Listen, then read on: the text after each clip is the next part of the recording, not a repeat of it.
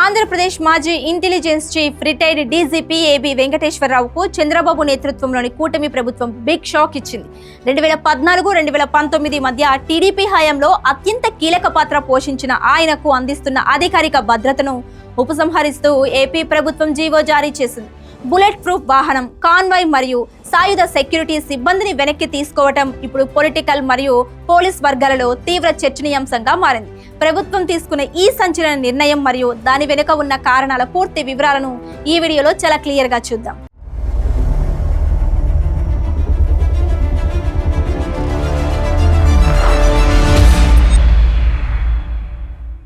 Hi hello, welcome to Khyati corrects. నేను సిరి. ఆంధ్రప్రదేశ్ ప్రభుత్వం మంగళవారం రోజున ఒక కీలక నిర్ణయం తీసుకుంది. రిటైర్డ్ డీజీపీ మాజీ ఇంటెలిజెన్స్ చీఫ్ ఏబీ వెంకటేశ్వరరావుకు ఇన్నాళ్లు అందిస్తున్న భద్రతను పూర్తిగా ఉపసంహరించుకుంది. ఆయనకు కేటాయించిన బుల్లెట్ ప్రూఫ్ వాహనం, ఎస్కార్ట్ వాహనంతో పాటు సాయుధ గన్మెన్లను ఉపసంహరించుకోవాలని ప్రభుత్వం ఆదేశించింది. అయితే ఇతర మాజీ డీజీపీలైన ద్వారకా తిరుమలరావు, సాంబశివరావు, సురేంద్రబాబులకు మాత్రం బుల్లెట్ ప్రూఫ్ వాహనాలు భద్రత కొనసాగుతుండటం గమనార్హం. సాధారణంగా నక్సల్ ప్రభావిత ప్రాంతాలలో సేవలు అందించిన లేదా మావోయిస్టు వ్యతిరేక విభాగాలైన గ్రే హౌండ్స్ ఇంటెలిజెన్స్ లో కీలక బాధ్యతలు నిర్వర్తించిన సీనియర్ ఐపీఎస్ అధికారులకు రిటైర్మెంట్ తర్వాత కూడా ముప్పు అంచనా ఆధారంగా భద్రతను కొనసాగించడం పరిపాటి. ముప్పు పూర్తిగా తగ్గిందని భావించినప్పుడు మాత్రమే భద్రతను సమీక్షించి ఉపసంహరిస్తారు. అయితే మిగిలిన అధికారులకు కొనసాగిస్తూ ఏబీ వెంకటేశ్వరరావు సెక్యూరిటీని మాత్రమే తొలగించడంపై భిన్నాభిప్రాయాలు వ్యక్తమవుతున్నాయి.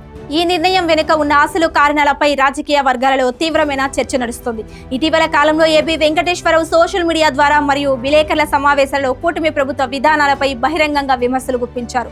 పోలీసింగ్, పాలనా వ్యవహారాలు మరియు కొన్ని ప్రభుత్వ నిర్ణయాలపై ఆయన చేసిన వ్యాఖ్యలు రాజకీయ కలకలం రేపాయి.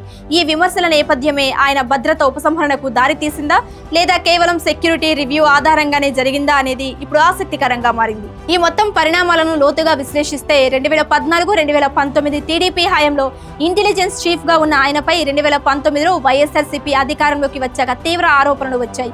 సుదీర్ఘ కాలం సస్పెన్షన్ లో ఉన్న ఏబీ వెంకటేశ్వరరావు న్యాయస్థానాలను ఆశ్రయించి తిరిగి విధుల్లోకి చేరి డీజీపీ హోదాలో రిటైర్ అయ్యారు. గతంలో టీడీపీకి అత్యంత సన్నిహితుడిగా ముద్రపడిన అధికారికి ఇప్పుడు అదే టీడీపీ నేతృత్వంలోని కూటమి ప్రభుత్వం భద్రతను ఉపసంహరించడం విశేషం.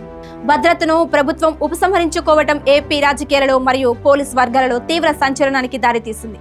మరి మాజీ ఇంటెలిజెన్స్ చీఫ్ ఏబీ వెంకటేశ్వరరావుకు భద్రతను ఉపసంహరిస్తూ ప్రభుత్వం తీసుకున్న నిర్ణయంపై మీ అభిప్రాయం ఏంటి? మీ అమూల్యమైన ఆలోచనలను కింద కామెంట్ సెక్షన్ లో తప్పకుండా రాయండి.